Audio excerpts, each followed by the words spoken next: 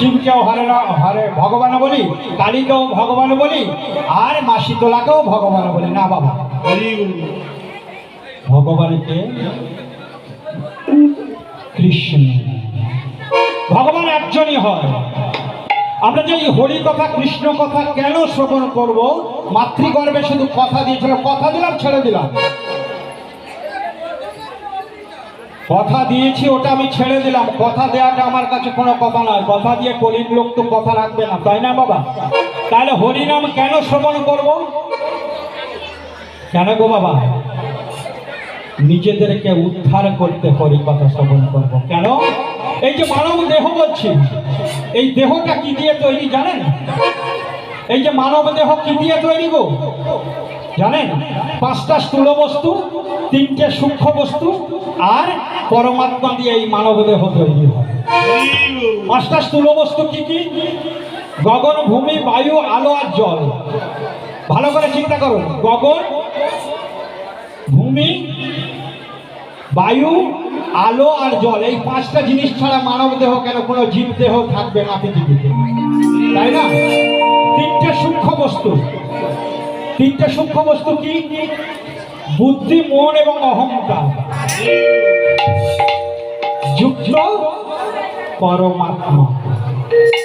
এই যে আত্মা, যেটা সূক্ষ্ম, যেটা আমাদেরকে জীবিত করে রাখেছে, তার জন্য আমরা এই মানব দেহ, এই কথা বলতে পারছি, আপনাদের দেখতে পাচ্ছি, আপনারা এসেছেন শুনতে পাচ্ছেন, তাই না বাবা?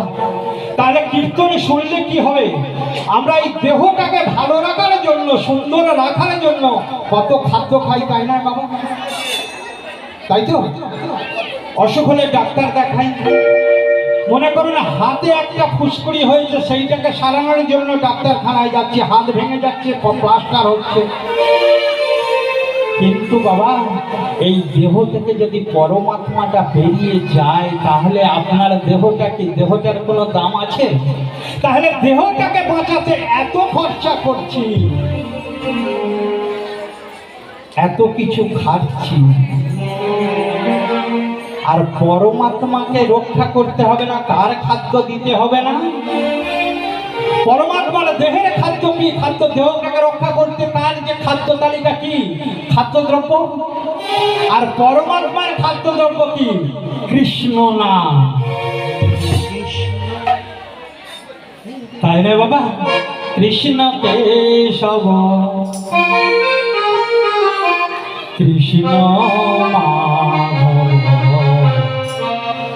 সুধা মাখা এই নাম হরি, সুধা মাখা এই নাম